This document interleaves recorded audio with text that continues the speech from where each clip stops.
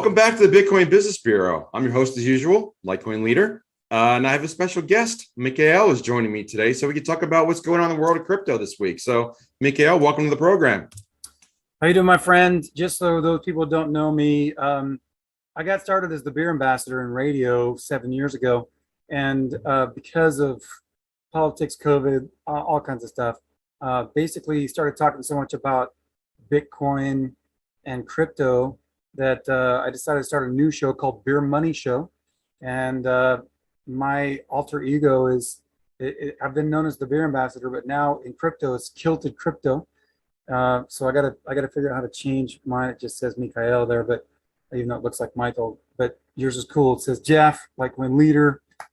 But yeah, I'm really excited to have this opportunity to talk with you and that we can record it because I'm going to put on my light here a little bit more because I realize how dark I look. But essentially, you and I were on the phone and we're talking about what's been going on in crypto this week. And I was like, come on, let's just record it and do a show. So here we are. I think it's really cool.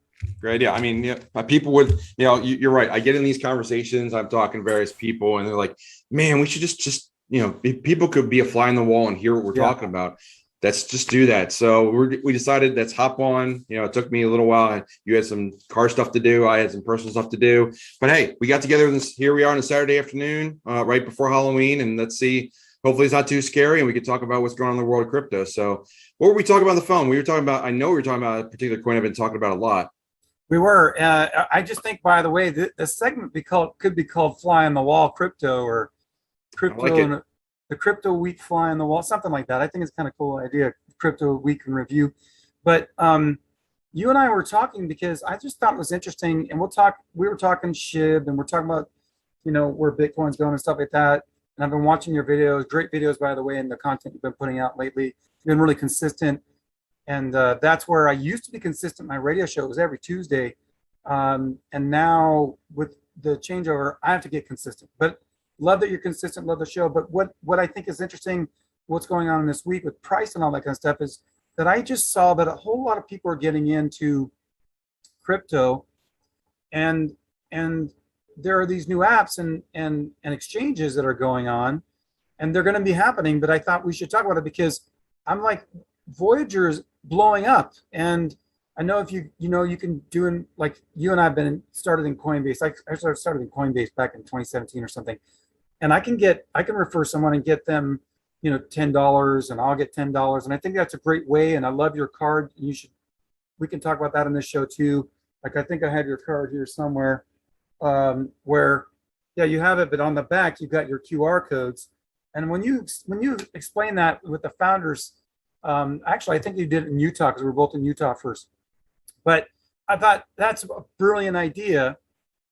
But you show people how they can get some money just from signing up and talking with you.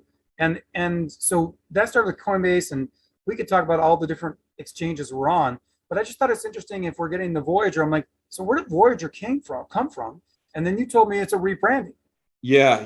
When I remember I started, I used to, there were some people that I used to follow, and there were some, I still follow some of them, but some of them dropped off the face. But I think it was Suppleman who was talking back then. And he used to tell all about these coins. They were just like, they were doing ICOs and things are popping up. And there was a project that he was following that was called Ethos. And they were going to launch a platform for an exchange and try to get away from like these centralized exchanges before DEX and DeFi was even a thing.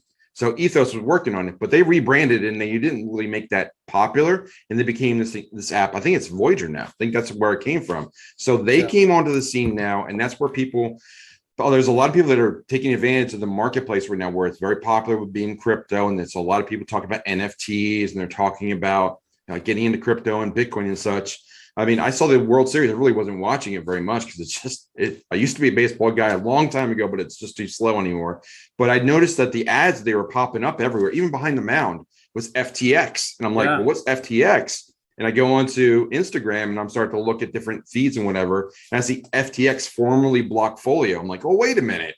I remember Blockfolio. Most of us remember Blockfolio. They were like the number one app to just like instead of opening up your wallets all the time, you would put stuff in your Blockfolio to see how your coins were doing. So it was a way to monitor how things were doing and set up like alerts and stuff. But it was a cool app, and it's still around, but it's not nearly popular. It's not as popular, not publicized, but they rebranded. So a lot of people are trying to like look new because it's very chic and very popular to be in crypto now. And now FTX and Voyager are the rebrands that are bringing things forward, kind of like what Facebook's trying to do right now with their Meta thing. That's a whole different story, but everybody's trying to get into crypto and take advantage of the popularity of it right now.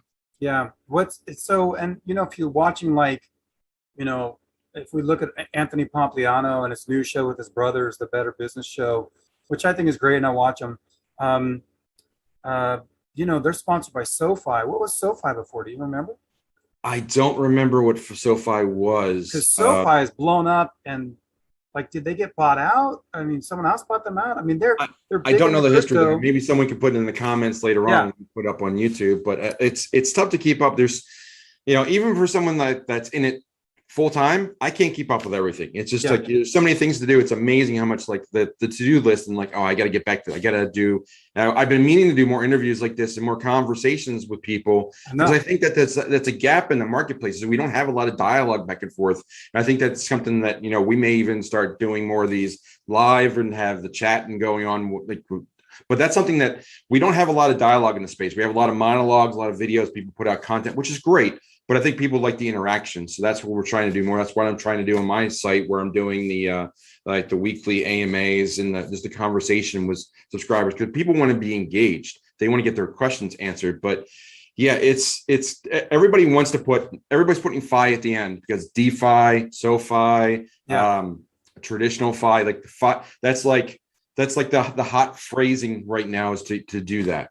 Fine, it's short for finance, obviously. Yeah. But yeah, it's interesting because my show, I mean, what I've always done is really just an interview show. And look how many months it's taken me to really get going. There's been a few other, personal issues and all that, and travel, but I keep going, like, I'm going to get to it. And I'm like, I just have to put it as priority, because I'm a single dad and other things happen. And I'm also the beer ambassador, trying to get that going, or keep that going. But I really am excited about doing this kind of style of show and talking with people like yourself, because you've been in for a long time.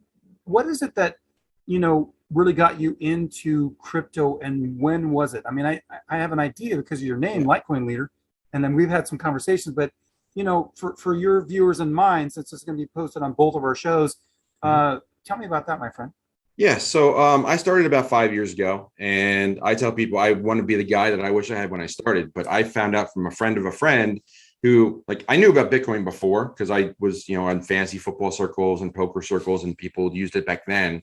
But it wasn't really mainstream, or like the Coinbase wasn't even really that well known, even though they were still one of the top ones out there. Yeah. But it was pretty much them and Gemini back when I started in 2016. But when a friend of a friend came back from Asia, and he said, yeah, I paid for the whole trip for the last month in Asia via Bitcoin. I'm like, well, hold on. I need to hear about this. Yeah. And I started to dive in. That's where I learned of guys like Bitcoin Ben and JSnip4 and BixWeir and Omar Bam and Supplement and a whole bunch of other people. Because you watch one video guy and he'll mention a couple people, and it just kind of bursts from there, and you all of a sudden you've got like 50 people to watch. Yep. And you pick up on their videos, and you start to, like, I tell people, like, you don't need to watch everybody. You kind of get their message and what their core topics are, but also like who resonates with you, who you like listening to, who makes sense to you. Yeah, I think people connect to personalities too. I mean, they're gonna like your voice. Some people, like, it's funny because I was watching a very popular music show. And I'm watching it with my daughter, and there's this one singer that was on there that her age, and I would think she would like someone her age, but she was like, because she could not stand the timbre of that girl's voice, just her voice. Yeah. So sometimes that can be a plus or a minus to certain people, and you're just your style, but it's also our background. I mean, each one of us has a unique story because of our history and where we've come from, right? And where we're going. Exactly. So you and I were sitting in the airport enjoying a meal and a beer a few weeks back after a Texas event, because we're both in the founders group. And if people want to know, you guys can ask us in the comments or reach out to us. But founders group is a group of like-minded people into Bitcoin and crypto. that was started by Bitcoin Ben and my dear friend Lori Herman has Bitcoin branches. So in the last month, I know we were talking about, actually, before we go to that, I know what this is, but I'm going to go to a sidebar too. In the last month, what do you think has been the most interesting things? Because we've been at a couple conferences that you've learned or seen, but I will say right before we get to that, the one thing that when we were talking on the phone, you were talking about being careful of all these new apps. Yeah. We want to cover both of those, or maybe we can come back, circle back to that, whichever.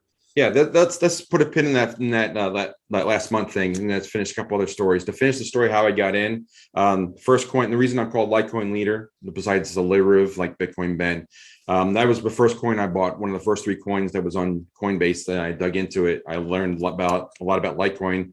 It was cheaper than Bitcoin, and that was really how I got in. And I liked the project. I've always liked it since. I get in and out. I've been in and out a lot of different coins, but I've always liked Litecoin. It just resonated with me. So for people who don't like Litecoin, the only kind of coin I've ever taken a loss in was Litecoin, and big losses. So it's probably good for you.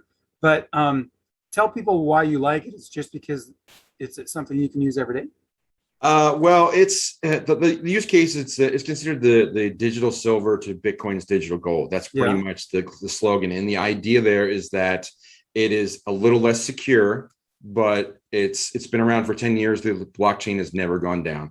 The only reason it's a little less secure so it can move faster. It's 4 times as many coins. It's a copy of Bitcoin. 4 times as many coins, 4 times as fast. The block's a little bit faster. It does still take a few minutes to settle, but it's on the Lightning Network. So you can use it to buy lunch and buy things transactionally very quickly. That was the use case before the Lightning Network came online. Now both Bitcoin and Litecoin are on there. So Litecoin and Bitcoin Cash are probably going to be the 2 coins that are used the most for transactions, especially if and when the financial structure continues to crumble and banks start to fall by the wayside and we need something else. Which we both know is going to happen, and it's imminent. So like I almost got into Bitcoin in 2013, but my dad died and went through a divorce and a bunch of other stuff. And so it wasn't until the divorce was final in 2016 that I should have gotten in that year, but I was also trying to find work and getting out of, getting my 4th degree. And it sounds like a black belt thing, huh? 4th degree. But essentially I got in 2017 like you. And I got into Bitcoin, and I got into Litecoin and Ethereum, and it made sense about the digital gold and the digital silver to me. But it seems that we're now in this place where Bitcoin is not what it was purported to be, or really supposed to be, like this circular economy, like the peer-to-peer network. It's really a store of value. And now, and even Ethereum, because it's so expensive with the GUI or the gas fees, that we have to look at these others, like smaller coins, to be able to use them. So we were talking about some of these that are coming up. How functional do you think some of them are? Well, I think that all these coins are be functional, and I think the whole market is considered relatively small compared. It's all just a matter of comparison. Bitcoin gets compared to gold. So gold's like a $10 trillion market, where Bitcoin's around 1 to 2. And so it's still small to gold, but if you look but it's grown exponentially in a short amount of time. That's right. Bitcoin has grown at double the first 10 years of the internet adoption was 56% year over year. The Bitcoin adoption in the first 10 years is 112%. It's double. So if you thought the internet came out of nowhere, watch Bitcoin.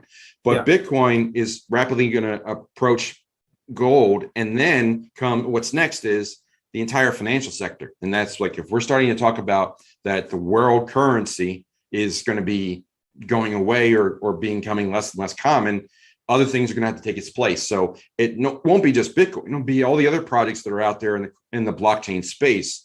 And that's why there's so many coins. There's 13,000 coins. There were only 9,000 when I started my YouTube channel back in April. So it's going to continue to emerge. There's going to be more and more projects. And now you're going to get projects like Shiba Inu, which seemed like a meme to a lot of people. It did. It's an easy mistake to make, because you look at the logo. Oh, it's another Dogecoin. It's even the name is another dog. It's like, oh, here we go with another dog. Stupid program. But if you dig into the project, you start to say, oh, wait a minute. They have a white paper. They have use cases. They have NFTs. They have staking.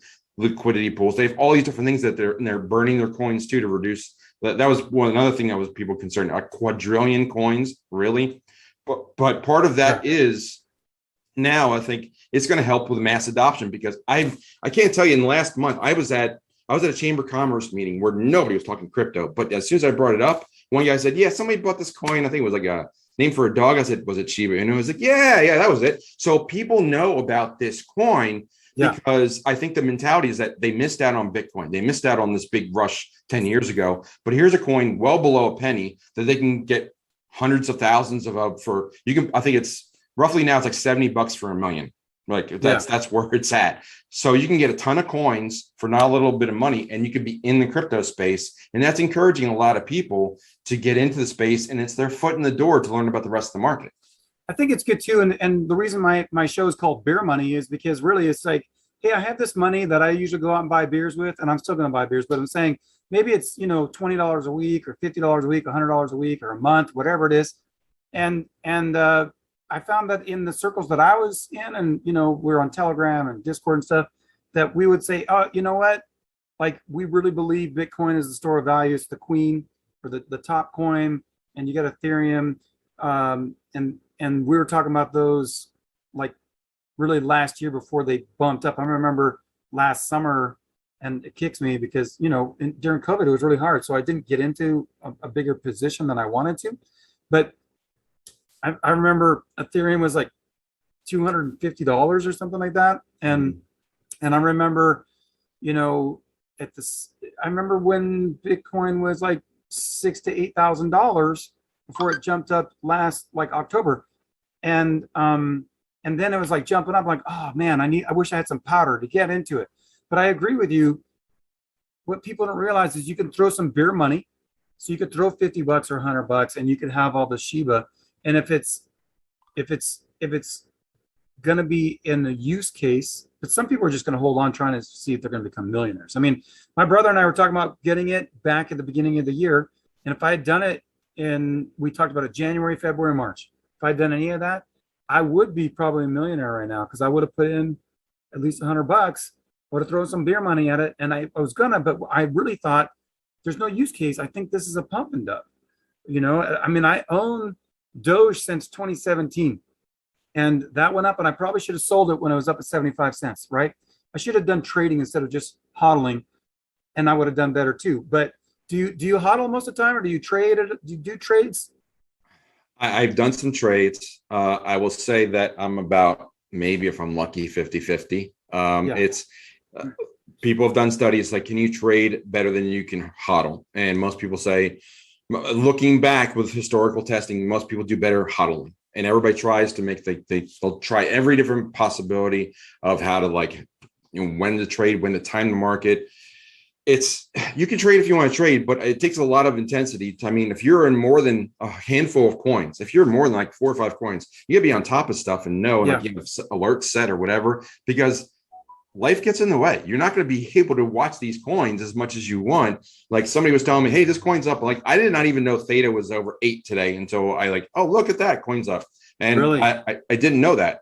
And I've been in Theta for years, but a lot of what you said, a lot of people feel, and even people that have been in this market for years, we all have that fear of missing out. If I hit, or what if like 2020 hindsight, the FOMO, like fear of missing out, or if I had just been in this coin instead of that coin, I would have been a millionaire. Or if I had bought more Bitcoin back then.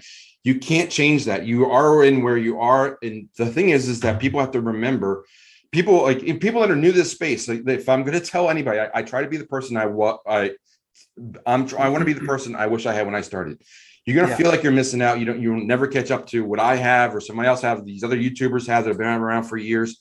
You're not trying to beat them. You're trying to preserve your wealth and grow for the future. Yeah. Get into good projects now, and then be smart about it. And if you want to trade, just go ahead and trade, but don't trade at all. Just trade some. I tell people, not financial advice, of course, but I like to have a trade bag and a hodl bag. And like that hodl bag, I won't touch. Like, I have a hodl bag of Theta. I don't ever want to really dip into. I mean, I could if I would needed to, but for the most part, I've been holding that same amount of Theta for like 3 years. And I'm really happy that I have.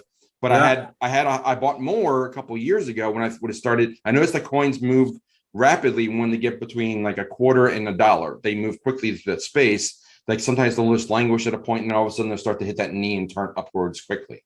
Yep. So when theta started to make 30, 40 cents, I'm like, let me buy a trade bag and see if I can get it traded too soon, but I still made a profit. So again, you will always, hindsight's 2020. You always like, if I'd only held it, or if I'd only done this, or if I traded that, no one ever sells the top. No one ever buys the bottom. Only one guy ever gets there. So yeah, get that. So you can't be happy taking profits and never sell it all. And you just learn. You like, this is an evolution over time. No one ever gets everything perfectly right. So just be in the space and just enjoy the ride.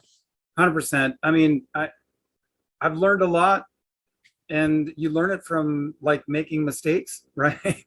But I know it's always been said, but like 3 months in crypto can be like 4 years in regular finance, right? And if you're in for, like you've been in since 2016, I've been in since 2017, you learn a lot, but we're growing in such a massive amount. Insane. With all these coins, it's so like it's hard to stay up on everything. We were talking about that. It's just hard to stay up on everything. Yeah, I mean, just look back a year ago.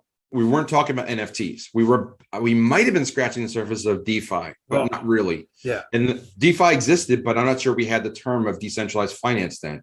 We had decentralized exchanges because Uniswap existed, but that didn't exist when we started. When I started, it was Coinbase or Gemini. Gemini had Ethereum.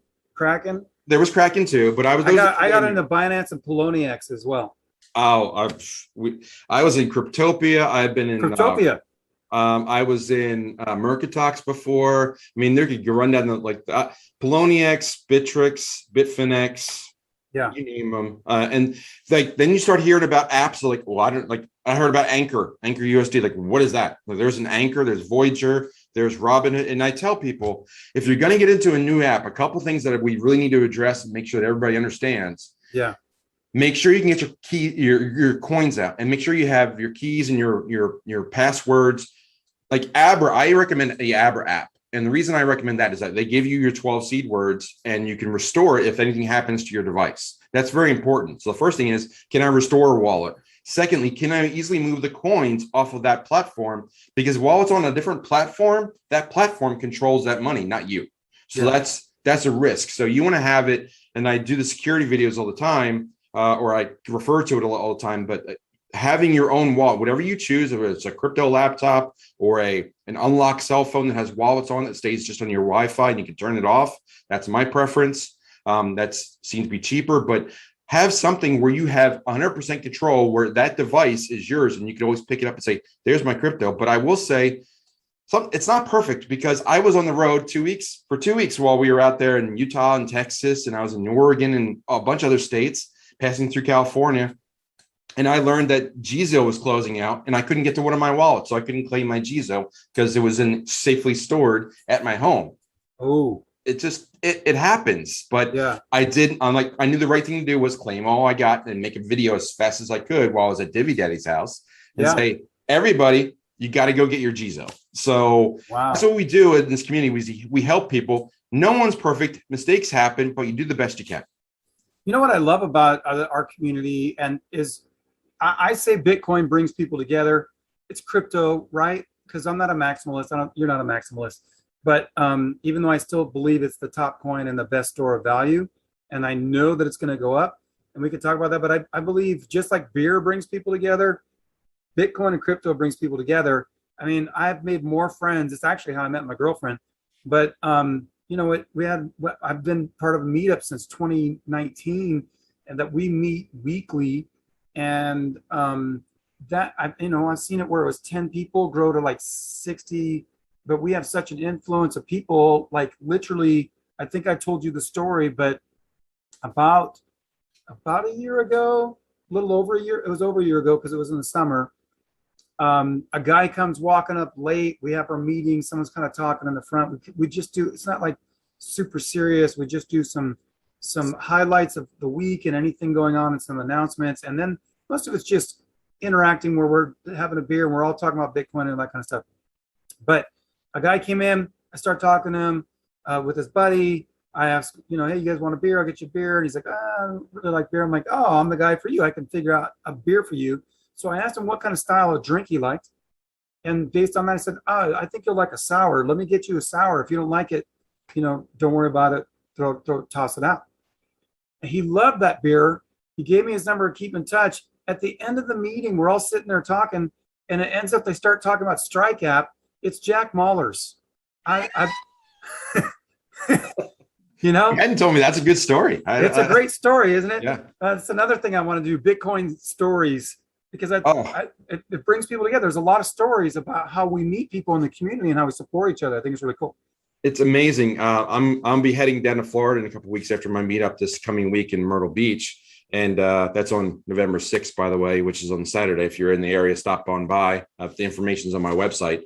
But I'm heading down to talk to the Viva Capital guys the week after in Orlando, and they were just telling me they were just in Texas, and they were striking up different conversations. There were a lot of good, a lot of big names there, but they met this guy who was really cool, and he happened to mention who he was. It was Jesse from Coin Trading Company, the over-the-counter guys that I know, that I've been introducing my subscribers about. Nice. They're like, small world. It's just like you bump into the same people over and over again, but everybody, almost to a person, is really really friendly, really open, and really supportive, because we all feel like we're in this together, because we're all rebuilding the financial structure, because we know the old one's crumbling. I mean, and if people don't understand that, just look at the history of money and what people have always done. You have to have the five things to be able to have value, right? Like, it's got to be movable, it's got to be scarce, it's got to be I forget the 5 things, but divisible, fungible, portable, scarce, and there's a 5th one. But anyways, you and I will think about it. But the fact is that the U.S. dollar has been pumped up for a long time, and it's lasted longer than any other monetary system. Most monetary systems throughout history have fallen; they've failed. And technically, we've had several versions of our fiat money, but since the dollar was uncoupled in, was it 72? I think it was 1971. We've had this fiat, is what it's called, because it's not backed by anything, but it's been a fractional reserve system. And if people don't realize, inflation is, first of all, it's that, but inflation isn't because things become more expensive. It's because your dollar is worth less. Yeah. And it keeps descending. But now when they keep printing money, and that printing is really not printing, it's just digital, like this. Because I have a friend that was on basically for a couple of years, she had another friend that said Bitcoin. And we ended up being on a flight when I was going to Texas back in July for the July founders meeting. And she said, I don't get it. And I said, listen, do you get how your bank works? And when you use your credit card or your bank card? No, but you use it. So why can't you use Bitcoin? And she just had an aha moment. Yeah. I said, because she said, oh, it's just printing money. It's just made up. I'm like, and that's what the bank does. That fractional reserve system, they take, you put in $100, they take 90 of it and they lend it out. But when they do that, they do it again and again and again. And so it's pumped up. So if people don't understand, that's why we say things are going to get more expensive, but the dollar is going to fail. And that's why you need to be into crypto. Yeah, they try to hide all this as best they can. They try to say, oh, we keep inflation 3%. But if you look at for 100 years, 3%, that's how your dollar loses 97% of its value. They just take 0.97 and raise it to 100 power and see what that number is. It's like 0.03 or 0.04. That's all it is. This is basic math. But we started in 1913 with the Federal Reserve. Then when they had gold confiscation, then Bretton Woods in 1944. So there was the next rebirth. Then 1971, they decoupled from the gold standard, another rebirth. Then 2008, too big to fail, there's another rebirth. So that's when it should, all those times that it was reborn is basically when it should have really exhausted, but they kept it going. So the average fiat currency, which means by decree, that's the actual terminology, but it's really just like supported by nothing, just the faith in the government, which no one has anymore. Yeah, because they say all so. Crumbling. Yeah. And inflation is probably really 7% or more than the 3%. So they keep playing with that number. If you want the real numbers, you go to like shadowstats.com, because they changed that, just like they changed the no one realizes that the stock market, like the Dow 30, that changes every couple of years. They just change who's in it. Yep. And when someone like it's like a, you know, if they're failing, they just blame it on that person, get rid of them, and give someone else in, right? But Yeah. just like corporations, and they get a golden parachute or whatever. But if we're talking about inflation, I think that's why it's important to people to know, and why it's important for me. But I think even the crypto community, and it's being talked a lot now. And this is one of the things that, if we're talking about a recap of this last week, I thought it was, and it's not, he's not my favorite guy, but I do like what he's doing for crypto lately. But Jack Dorsey, who not only is the head of Twitter, but he's also the head of Square. Mm-hmm. So he understands what's going on with money, and he basically tweeted about hyperinflation. I don't know if you saw that or not. I didn't see that. I've been thrown off of Twitter a number of times. I don't even manage my own Twitter account anymore. Okay. All right. So we keep it that way. I do my own Instagram. Joanna does my Twitter. But gotcha. Yeah, I've seen Jack on there, and I've seen what he does. I always take him with a hefty grain of salt. But I know that he's mining in Africa. They're trying to get payments on Twitter and tipping people through Twitter with Bitcoin. I know he's a big proponent of that. I know Charles Hoskinson from Cardano is doing a lot in Africa. Yep. As is Reggie Middleton. A lot of people are doing a lot of stuff in Africa. Safe Moon too. Yeah. So like the U.S. is, people will have to understand that most of our audience is probably from the U.S. and we are very U.S. centric. That's just our nature. People think that we're like us, but most of the world is not American. So they feel the pain of like the US dollar and inflation a lot more than we do. And we're going to be one of the last ones to know, because no one reports to us in the media, of course, of how the dollar is not doing well, and how everything, like the world is using other currencies and doing more trade outside of the US dollar. Well, I mean, you just mentioned that you're going to go to an event in Miami, and didn't you say that Robert Kiyosaki is going to be there? Because Robert Kiyosaki has been sounding the alarm, especially on YouTube, for a long time. And he said it was going to be October, but it looks like it's going to be a little later. But he believes that the banks are going to fail and collapse. And I mean, that to me, he's not the only one, but he's one of the big ones that sound the alarm. Yeah, Robert Kiyosaki is one of the big voices of the last 30 or 40 years with Rich Dad, Poor Dad, and now his radio show and podcast. But yeah, the Viva team bumped in a couple weeks ago, and they said he was going to be in Miami with Mark Moss's event, which is kind of about the Great Reset and speakers. But I'm going to be at that event that weekend. I think it's the weekend of the 14th, and then the weekend. So I got Myrtle Beach. Then I'm going to meet the Viva team, and we've got they have an annual thing that they're doing in Florida, and then we're just going to go down to Miami for the weekend, and then that's pretty much it, I think, for the rest of my calendar year for travel. Thank goodness, but it's been a wild year for travel. I traveled so much last month, and I guess it was really still technically this month. I traveled so much, so I went from. It was this month because today's the 30th. Yeah. You're right. I left September 30th, but I went to Utah, to Salt Lake, and then I went to Oregon, then Texas, then back home. It was 9 total flights because you can't get a straight flight anywhere. But it was pretty crazy, and I was so much travel. When I was home back in Myrtle Beach, the first morning I woke up, my first thought was to grab my phone and check my flight information because I didn't know where my next flight was, and I was home. So that was a bit too much travel for me. But I mean, there's a lot going on in crypto. Just like you think you can't, our audience can't keep up, we can't, and we're in the space. So we're trying as much as we can. But the big stories. Everybody's talking about Shiba. Everybody's talking about the new apps. FTX is advertising at the World Series. I think they bought an ad at the Super Bowl too. So for next February. Okay. So that's for like big money. Yeah, big money, like $97 million or something. But it's been coming. People have been talking about that, but it's so mainstream now. Crypto is everywhere. Everybody's talking about NFTs, and that's coming out a lot.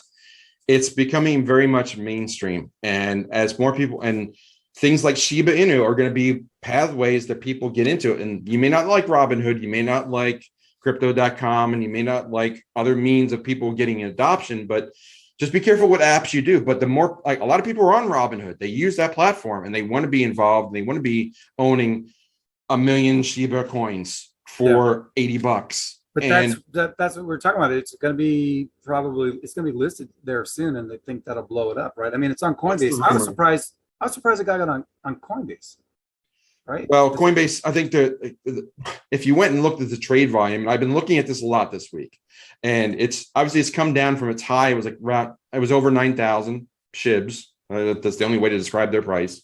But it's with all the leading zeros. It was 0.000009,000 Shiboshis or something. Shiboshis, yeah, instead of Satoshis. So 100 million Shiboshis is $1. Versus 100 million Satoshis is a Bitcoin. Not quite comparable, but the idea is that Shiba Inu was such high volume, Coinbase couldn't ignore it. So they had to add it. And Shiba Inu was the #1 traded coin this week, above Ethereum and a bunch of other coins as well, above everything. And on the way up, in the last 2 run-ups for Shiba Inu, if you look at the graph for the last month, it's been ramping up quickly, and it's got high volume on the buy side. When it ramps up, there's a lot of volume, and when it comes down, it's low volume. So what tells me, it tells me a couple of things. There's not a lot of sellers. There's a lot of people buying because it's when it's buy time, it goes up quickly. That means there's not a lot of sellers. When it comes down, the volume goes down. Not a lot of sellers, and that's happened twice in the past month. So I know can't predict it, but I mean, the next run up could be big. Could be. I agree with you, and I kick myself because not only could I have bought at the beginning of the year, but I just at the beginning of the month, when we were in Texas, I was sitting down at a table after the conference with some friends. We were talking about Shiba Inu, and one of my friends has a large position in it. I've got some I got some large bags in like SafeMoon and Altcoin, the Australian Safe Shepherd, right? Because I was like, hey, I'll throw some beer money at it, right? But I have a large position because I got in so early on those coins. But did you know that the most searched, it's not Bitcoin or Ethereum, but the most searched phrases right now are Shiba Inu and SafeMoon. Right. When I went and looked, I started doing my research on Shiba to see how legit it was. I came up a real estate investor, and he said he uses Google Analytics to help him to understand which ones are popular, because it's the network effect, which Ben has talked about, and a number of other people talk about. A lot of the people have been in crypto for a while. We're kind of like jaded. We're like, what are the legit products? Give me a real use case. Give me something that actually means anything. But I know. But if 50 million people want to be involved in something, that means something. So don't kick yourself. Ride the momentum of the network effect. Take a coin, take some beer money out of a coin. I'm throwing some beer money at SHIB. I'll just and then honest. Have an exit strategy. When you buy something, have an exit strategy. So if your exit strategy is, I'm going to put, let's just say $500 in this coin, and when it doubles, I'll take half that. I'll sell half. I get my money back, and the rest is just free coins. Yeah, that's a viable option. It could very well happen in a couple of weeks with a coin like Shiba. Yeah, and then you're playing with house money, and you don't have to worry about any losses, right? Right. I got a call from my buddy, and Miykael Saylors is all in, and he's got, and I like what he's done for the space. And I really like the videos he's put out this year. And it was interesting when I was at Bitcoin 2021 here in Miami, which was an amazing experience, and I'm going to go again next year in April. But Miykael Saylors was speaking there, and Miykael Saylors has only been into Bitcoin for a year, but he gets it, and I love how he's explained like finances and understanding and why he and MicroStrategy are pretty much all in. But I have a buddy, he's like, hey, what's going on with my MicroStrategy? I'm losing money. I'm like, did you sell? And he's like, no. I said, then it's unrealized losses. You're not losing money. And when next month in November, it's supposed to hit like probably $85,000-$90,000, you're gonna be happy. And then at the end of this year, within 2 to 4 months, so I'm gonna say December to like February, because we know the whole thing with the holidays and with the Chinese New Year, which happens around February, it always affects the price of Bitcoin, always. But it's going to break 100K. It's going to break 100K. And there's that whole, that mental like level of everybody, like that new level. But once that happens, we're going to see people think, oh, it's too late. It's too late.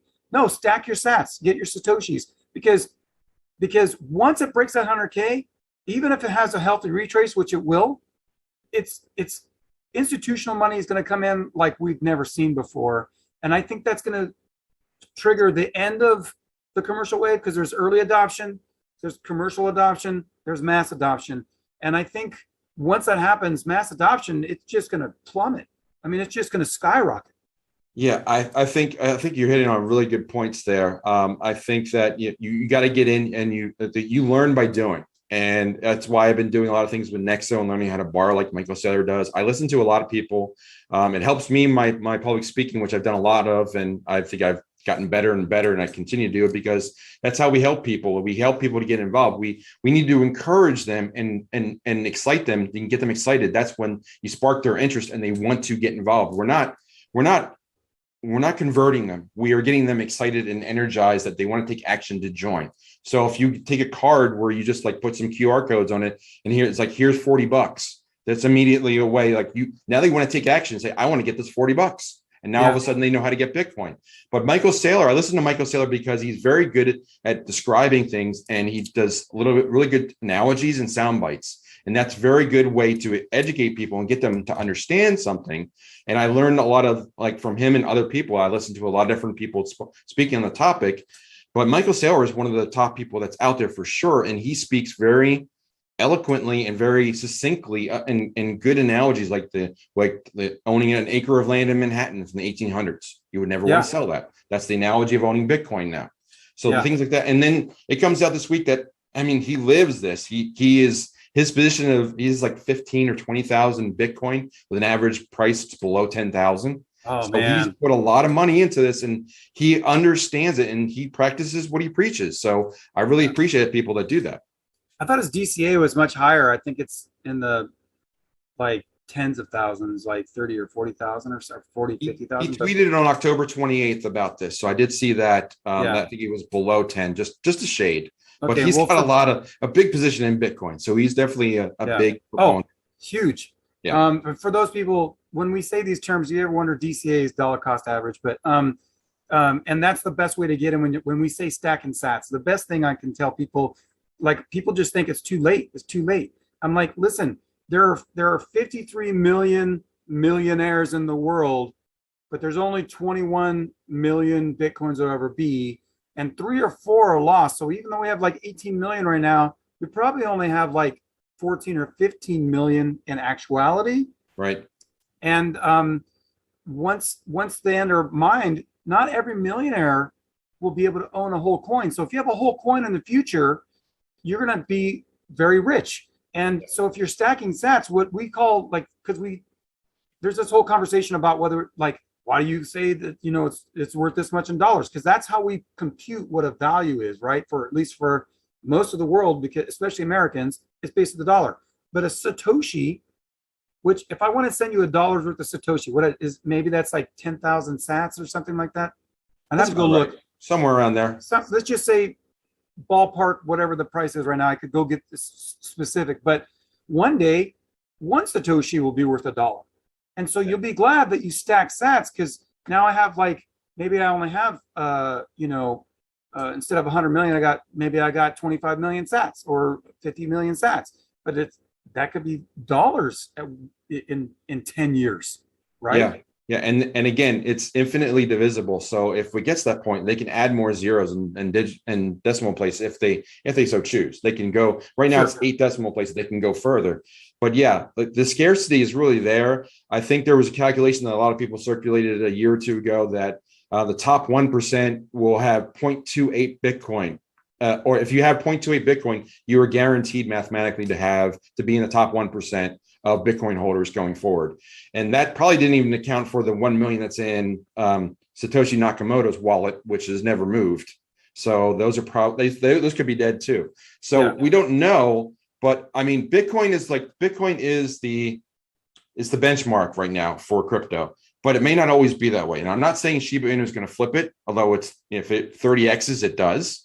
That's interesting. Like people were talking about the flippening. We always thought maybe it'd be Ethereum or something. Right. First it was Litecoin, but then it was like Ethereum.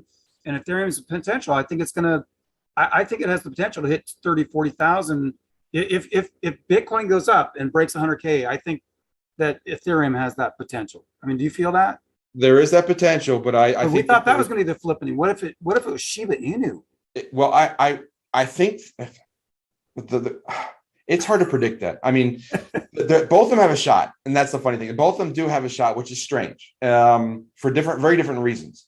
But I mean, if Shiba Inu is the key to mass adoption, I could see it because the liquidity is there. I mean, they have plenty of coins, so it's there.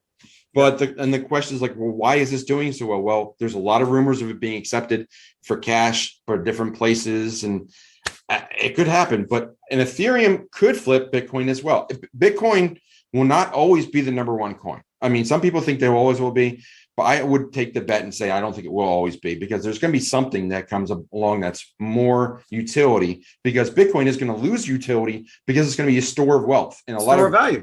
It's going to be governments. Governments are going to, like, if there's still such a thing as national governments, there may or may not, who knows? But national trade is going to have to be done in something with a large denomination that's easy to move. Right now, that seems to be Bitcoin. It's much easier to move than gold, and no one believes in the paper anymore. And they're doing it digitally, but that's just, I mean, that's fun with numbers on a computer screen. Could probably easily become Bitcoin, and then it's recorded much better on a blockchain. So the question is, who's going to surpass? Some people speculate XRP, some speculate it'll be Ethereum. Some now could say you can make a case for Shiba Inu, which no one would have said 2 weeks ago. But now it's like, no, I mean, it's crazy. I was scratching their head is like, why? But if you think, like, 30 million people on Robinhood get it, and they all buy $100 worth. Yeah. Now all of a sudden, like, okay, now, and then they start burning coins, and those coins appreciate. Who knows, or what to say? I mean, what if Amazon says we'll take Shiba Inu going forward? And then, like, okay, now things changed radically. Yeah. I mean, Elon Musk is still like, they said they stopped on Bitcoin. They never took it off their ledger, though, by the way. But they'll accept that, but they'll accept Doge. I mean, you got, the Mavericks will accept Doge. Mm-hmm. I just think that, and I got Doge back in 2017. I've been hodling it because I was like, hey, this has got the same protocol as Bitcoin, just like Litecoin or whatever. And I know it was, it started as a kind of a joke and a meme coin, but I was like, I thought it was amusing. And I was like, I had a bunch of people hating, even my brother, why are you buying Doge? And because, I'll just be honest, because what people said, I didn't buy more Doge. And now I kick myself, but I still threw some beer money. You know what the beer money was at that time? I think I threw $10 at it. And I've got thousands of coins. Now, I'm not going to be rich off of Doge unless Doge hits like $100 or something like that. But then I would do really, really well. But that's not impossible either. I mean, some of these things, they're both in the top 10. Shiba Inu and Doge, which are meme coins, are in the top 10. Oh, what do they have in common? A large network that supports them. That's what people are realizing, is that the network effect is strong. That's what keeps Facebook alive. That's what keeps a lot of things alive. Keeps Twitter alive right now. Twitter. The power of people adopting something is major, and seeing that turn into a monetization, into a cryptocurrency, is very real right now. Well, and also, Telegram and Discord are really, and Reddit even, are pushing those communities. I mean, I saw a Twitter, like, I haven't been on Twitter because I got locked out, but I'm back in. And so there's a whole thing going on this week with really Pompliano and Sailors. They're really they're maximalists, and they're talking about, I mean, I don't know if you know, but Pomp was talking about, she is really a poo-poo coin, right? Like Shiba poo-poo, because he's a maximalist, and I understand that, but I don't get it, because at the same time, like, if you're in a financial and you're talking about stock market and all this other kind of stuff, look at the facts of what this coin is doing now, and that it might have been this meme coin and kind of a joke, and what can we do at first, but now they've changed their use case, and now, as you were mentioning a little before, like, they have stuff that could be viable going forward, and I think that could be a game changer, right? Yeah, a lot of maximalists and a lot of people, like, and I would say even Miykael Saylor does this, because he's more of a maximalist, and they almost, it's somewhere between myopia and ignorance. They choose not to investigate these coins. They'd easily dismiss when it could have value. Well, but again, if you're all in on that, it's in your best interest to maybe focus on that and talk about it. So is that a type of FUD for the other stuff, or is it just it's just, you're shilling your own coins? I think it's kind of like a little bit of hypocrisy, because if you're going to get on, like, Peter Schiff for trumping on gold all the time because he's too ignorant of Bitcoin, but then you are all about Bitcoin, but you step on another coin because you're too ignorant of that use case or that's purpose. aren't you kind of doing the same thing that you were criticizing Peter Schiff for? So And the that's same thing. I'm sorry, go ahead. no, go ahead. I was going to say the same thing that they were doing about, about Bitcoin from the beginning. I mean, how many times has Bitcoin been called dead? At least 400. I think 99 Bitcoins keeps track. It's like 400 or something. Yeah. And it's been it's a little over 10 years. So do the math of separating 400 into 10 years. It's died many times, but if it died, it's the best zombie out there, right? It's all PR. There's zombie companies. There's zombie currencies that are like the dollar. And we've seen other currencies die in other countries. But the thing is that, again, U.S. centricity. We've never seen our own currency die before. But people that have lived in Greece or Venezuela or Colombia, it's happened. Zimbabwe did not start out with $100 million for a loaf of bread. It did not start that way. And same thing with like over in Asia, that like I think in Korea they even use like large denominations. Like these, they did not start with $10,000 won or yen being like lunch. That was not originally the denomination of the currency. Hyperinflation took over, and then things just soared, and then they had to revalue everything, and it's happened over and over and over again. We've just never seen it locally because we control the market. Well, in Venezuela, if you talk about that, they were in a top 10 countries of the world financially, and then basically corruption and inflation hit. And so when I was at this conference, I keep doing the wrong one because I'm looking at myself, but when I was at this conference in Miami, which is the biggest conference, the Bitcoin conference, they are mostly maximalists. They're going to talk about Bitcoin and everything else. And I'm okay going there to learn. There's a lot of connections, got to get things. But when we were there was a company and they had a dumpster and they had shipped in the Bolivar. They had 50, and I could run to my bedroom and get them because I kept some, but they put the $50 Bolivar, right? They had stacks of them. And they were just going like this to a trash can, and they're all over the ground because they're worth nothing. And it's funny because some people were picking them up. And I saw this girl, and I'm like, I said, hey, she's like, I can't believe this. People are throwing away money. I'm like, it's the Bolivar. She's like, yeah. And she was like, had a stack and she was picking them up. And I'm like, yeah, that's probably not even worth a penny. And she's like, what? And I had to tell her the story that they were just making a point that this is fodder now. You could burn it. You can make art. An artist asked me to get him a stack. I got him a stack, and then I invested in his thing because they had a bunch of art and comics and stuff. So I got a signed version of his thing because he said, hey, well, I'll make a trade with you. I'll give you my thing at a better deal, which he did. Give me like 50% discount if you'll give me that because I want to use that in some art. But the point is that could happen here now. So what I know I don't know if we want to break an hour because we're getting close on that now, but I'm going to El Salvador next month, next month is only 2 days away, right? In November, there's a Bitcoin conference where the biggest names, and by the way, Vitalik is going to be there. So I thought that was interesting because he's not a maximalist. He's not a big Bitcoin guy since he started Ethereum, but you're going to have Max Kaiser there and Stacy, his wife, and you're going to have, and Andrew back, and CZ is going to be there, and I'm trying to remember. And I think Andreas, I can never say his last name. Yes, he's going to be there. So you're going to have some big maxis there. They're going to be there, and so I'm going with some friends that Bamboo Ben and Lori, and my girlfriend.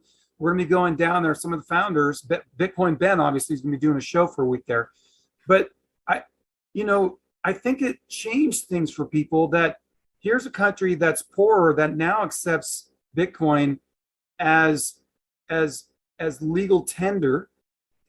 And now we know that like Brazil is looking at that, probably Mexico and some others are. And so it looks like Central and South America might be the first countries to be going in to make Bitcoin legal tender. And I think that's going to make a huge difference. What are your thoughts on that? That's huge. I think and Brazil being a BRICS country, you have Brazil, Russia, India, China, and South Africa. Those are like a large network of countries that work together. as soon as you get, if you get as soon as you get the two, now you have two that can trade in Bitcoin. I mean, now you get the 3, 4, 5. You start like everybody's like, well, wait a minute. I mean, the first question that should have been asked was, what did El Salvador have before Bitcoin? And it was the US dollar. And people don't want to say, like, why would you pick Bitcoin over the dollar? No one wants to talk about that. Yeah. So the next thing is that now we've got other countries, Ukraine, Cuba, like we could have 4 or 5 countries in the next 6 months using Bitcoin. And then like the canary in the coal mine of El Salvador, which is kind of like the test market, becomes like, now it's like, okay, now this is becoming a standard. What does the rest of the world think of this, and what do they do? And all the G20, G7 type countries are like, we need to do something quickly. And they're probably doing it now. They probably are acquiring Bitcoin as much as they can now. Oh, you know, behind the scenes, they're trying to figure it out. I mean, even companies, but I heard a rumor that companies can't do it right now because they're in the fourth quarter. And because of their books, they have to wait till the beginning of next year. What do you think about that? I mean, if we get companies coming in like that, which is commercial adoption, but then you get on the backside, because we know that governments and banks are basically who control the world. They control the monetary value, the money supply, and they control, they like their power. Money comes power, right? Sure. So if this happens, they want, basically, I think the reason the FUD has happened, and it was under, it was a year and a half ago in February or March, where it was down to 3,000. I wish I had dry powder at the time, because I was like, because I would be a whole coiner multiple times, right? I can't say I'd be a whale, but I might be a little shark right now. But you know, it's not too late. But for us small people, but once these happen, it's just gonna it's gonna shoot to the moon. It's gonna. Yeah, the best thing you can do now is like you said, a dollar cost average, put money in the market. Don't worry about what could have been. Just do the best you can going forward, because everybody who's gotten into Bitcoin over the entire history of 12 years of Bitcoin has made money at this point, except for maybe a couple of people that got above 60 in the last couple of weeks. But for anybody over 3 years, you've made money. It's just, even if you bought at the peak of 2017 and had to wait till a year ago or 6 months ago, you still made money, because it was 20, then it became 30, 40, 50, 60,000. And if you zoom out, if you zoom in on like where the price was when we started 2016, 2017, it looks really crazy, but the prices are between 500 and 3,000. And you saw like these people, everybody's sweating. I remember last couple of years, everybody was like, are we going to stay above $6,000? And our miner's going to start shutting things off. And everybody was getting worried between 5 and 12,000. Now that's everybody like, I wish I could get something under $15,000. I know. That's the way it's going to go. So you mentioned Ethereum. Just get into the market, be smart about it. Go on a channel like mine, where I put a bunch of videos out there of all these, like, focus on the major projects that are platforms in the top 20 or so. If you don't know what to do, contact either yourself or myself and book some time to talk to us, and we'll help you along the path.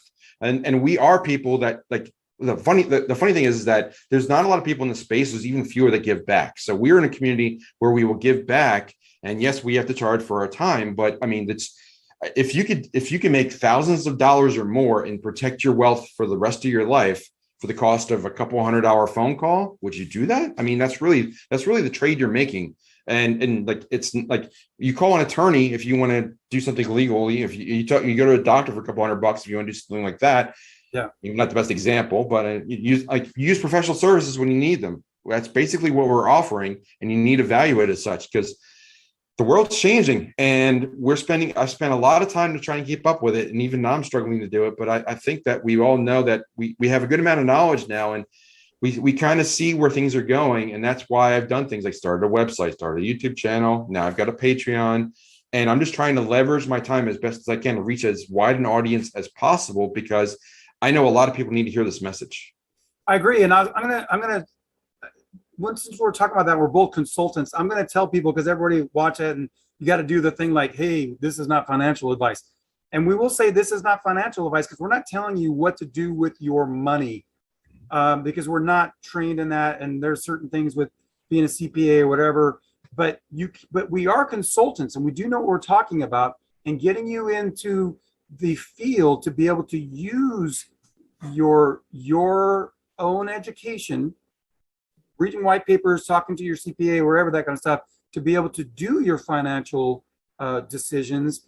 There's a difference, but you don't know how to get that. And you and I were talking about it, like honestly, we're doing this in Zoom right now, but I want to do it in StreamYard, but I haven't pulled the trigger, even though I have StreamYard, to figure out how to do that, because there's a learning curve, right? Right. But it's about doing it. So if you talk to someone who's done it before, it makes it much easier, because people, they don't like to struggle. They like easy. Yeah. Am I right? Everybody wants, just tell me what to do and I'll do it. And sometimes they don't even do it. But yeah, it's true. if you want to learn how to do something, you speak to someone who's done it before. Like if you want to learn how to rework a car, talk to a mechanic or someone who's done that. Like that's where you like talk to someone with experience doing something. We have experience in this field of cryptocurrency. We've worked with wallets. We've done all these trades. We know how to investigate a project, whether it's good or not, or we can discredit this or that, or we can give our own opinions, but we're not managing your money. That's where we draw the line. We're just telling you, like, this is we're providing educational and information based on our own experience. Use it accordingly. Yeah, I like to call it edutainment, because it's educational and entertaining. And I didn't come up with that. That was who was that? I'm gonna think about it, because I really like his channel. But and he does really good cost analysis and stuff like that. What is the channel? But it'll come to me. But since we're coming up on an hour, and I think, hey, are you willing to do this, like, at least, every week, or maybe a couple times a month? Because I think we could get out some good content. I love to spark off someone like a good friend like you, and just all the information to kind of, like, we could keep going, because we barely touched what happened this week. I hate talking about this stuff, that, but yeah, I'm happy to do this on a semi-regular basis. We can, obviously next Saturday is rough because I've got the meetup, and we'll figure out another time. We'll just, we will do something. November's going to be crazy. You're going to be in another continent for, well, not quite, but you'll be in another country. Yep. I guess that's still North America. I think Panama's the line. Yeah, that's the line. Panama's like Central America is North America. It starts at Venezuela and Colombia down there. Yeah. But I know that part of geography. Don't ask me where certain countries. But I might go to Brazil too. And if I go to Brazil, and this was before, I was planning on going down there to build, and to learn, but that was before we heard the rumor that Brazil might accept Bitcoin as legal tender, which now is even more of an impetus. But regardless, I might be going down to visit this community down there and maybe get them into Bitcoin, because as you know, you and I can call it this. I can say I've swallowed the orange pill, because I would love to get people into Bitcoin, and I think it's the easiest way to get people into crypto, even though maybe now it's Shiba Inu or something like that. Because if you find something that's jumped up and getting onto exchanges and more easy, it's easier. Anyways, it's readily available to a mass market population. I think that's going to help adoption. Mark Moss did a good video. He actually did boots on the ground in El Salvador. It's like a 25-minute or so video on his channel about going down there with smartphones and teaching them like how to install the app and work and make sats. So yeah, that's probably the path a lot of people are going to do in Africa and Brazil and other places, because you don't need to do all this. Like, you don't have to set up bank accounts and stuff, which is really expensive in El Salvador. It's $50 a month just to have a bank account, which is like half the average income. So yeah, I know we are coming up on an hour. Like I said, I agree with you. We could talk forever about this. I talk a lot. It's great topics. That's fun. We'll find another time, sometime in November, set this up again, and certainly do it again. This has been a lot of fun. Well, let me ask you on the way out, and I appreciate your time today. When you're like when I was, I'll talk about my designs, my shirts and stuff, but when I was selling them, I give a discount for Bitcoin, but I allow people to buy peer-to-peer using their choice of crypto, right? I mean, I prefer Bitcoin, but I'll accept Divi or Litecoin or Ethereum. When you're traveling, especially because you're talking about crypto and stuff, what's your app, and what are you using as a wallet on your phone to be able to transfer? Is it Litecoin or what? Well, I know Divi Daddy does it more than I do, and he usually uses the Litecoin card. I have a crypto.com card. I'm waiting to get an Nexo card when that comes out. I have the Fold card. I do have the Fold card too. I used that. I actually showed him how to get, and that's also, people should learn how to get rewards in sats. Fold, you can get rewards in sats very easily. I buy gift cards through my Fold card with fiat, and then get rewarded like 5% back. Yeah. on the My gift card. girlfriend has over 1 million sats back. Nice. 1 million sats. Dude, I've got like 250,000. It's like, Yeah, I don't know where I'm at. It was like a couple $100. It wasn't 1 million sats, but yeah. mine is probably, it paid for the card because I got the gold. So it pay. I'm a little probably above that, but you know, if I'm using it more, she uses it every day. I don't use it as often. Yeah, I haven't used my crypto. I used crypto.com to get my Shiba to bring this full circle. So Really? I moved my money. Well, I had money left on crypto.com, a couple $100. I said, I'm going to throw it into Shiba. And that was my first Shiba purchase about a month ago. I'm glad I did. And now again, momentum. I put more in. I believe in what I'm talking about. I did my homework and I'm like, I see this coin going up significantly pretty soon. Cool. Well, my beer money is, I have $100 on crypto.com. I was trying to get it done yesterday and I was actually working on it today. And that's what I'm throwing into Sheep. So we'll see how it does, my friend. There we go. Hey, right. Go ahead. I'm sorry. No, I was going to say, I was just going to this has been a lot of fun. Oh, yeah. We'll definitely do it again because if the hour flew by, I see my phone's going off like crazy, like usual, Yeah, but I have to go. That's okay. This has been a lot of fun. You'll put on your channel, I'll put it on mine. We're working with the details. And again, folks, just go do it. We just decided today, we were talking on the phone. Miykael called me and we're like, hey, this is a great conversation. Let's put on video. We set it up. We recorded it. I got a channel I can upload it to. He's got a channel uploaded to. We'll figure out how to point to each other's channels. We'll figure that stuff offline. Exactly. But the important thing was we had time. We made the video. We went and did it. So now we're sharing our content and we hope you enjoy it. And I appreciate you, brother, and your time. And everybody out there, this is really what the crypto community is about. And so we appreciate you viewing our channels. And we do like it, though, when you subscribe and you hit the like button and you even smash the notification button. So thank you. We hope that you'll do that and you'll spread the word because we have a lot more content coming. And I've got a lot of some big names that will be coming on the show soon. So keep going out there and meeting people. You never know what happens. Absolutely. And if you like this kind of content, leave a comment down below. Tell us what you want us to talk about next time. And we'll be sure to do that. In the meantime, I hope I'm sure Miykael would love to see you if you happen to be in Brazil or you happen to be in El Salvador. El Salvador. I would love to see you if you're in Myrtle Beach or Miami in November. If not, we'll see you on this channel and Miykael's channel next time. All right, my friends. Cheers. Take care.